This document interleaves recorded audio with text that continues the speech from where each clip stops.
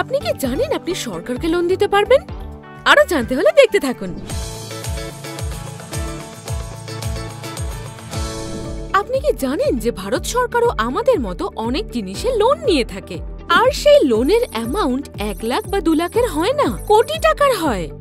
সরকার এই টাকা মার্কেট থেকে জমা করে issuing government securities with fixed টেনিউরের পথ ধরে, আর লোন পিরিয়ড শেষ হওয়ার পরেই লেন্ডাররা তাদের টাকা ফেরত পান। আর যেহেতু এটা সরকারকে দেওয়া লোন, তাই এটাকে রিলেটিভলি সেফ ইনভেস্টমেন্ট অপশন হিসেবে ধরা হয়। কিন্তু আমরা কি করে এতে ইনভেস্ট করব আর এর থেকে লাভ অর্জন করব? এর উত্তর ভীষণই সহজ, by investing with ICICI Prudential gilt fund. এটা একটা ডেট স্কিম যেটা মূলত government securities across maturities with an intent to generate capital গেইনসেই ইনভেস্ট করে। সাল 1999 থেকে এই স্কিম অ্যাক্টিভ ডিউরেশন ম্যানেজমেন্টের উপরেই ফোকাস করছে। তার মানে এই স্কিম ইন্টারেস্ট রেট আউটলুকের উপর বেস করা ডিফারেন্ট ম্যাচুরিটিজের বন্ডেই ইনভেস্ট করে। উদাহরণস্বরূপ, যখন ইন্টারেস্ট রেট কমে যাবে বলে মনে হয় তখন লঙ্গার লোন পিরিয়ডে বন্ড কেনা হয়, আর শর্টার লোন পিরিয়ড নেওয়া হয় যখন yields are expected to rebound.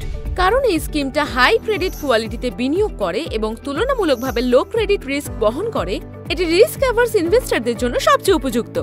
যারা লং টার্ম ওয়েলথ ক্রিয়েশন খুঁজছেন আর প্রতিদিন উপার্জনের চাহিদাও রয়েছে, তাহলে হলো তো একটা ভার্সেটাইল ইনভেস্টমেন্ট অপশন।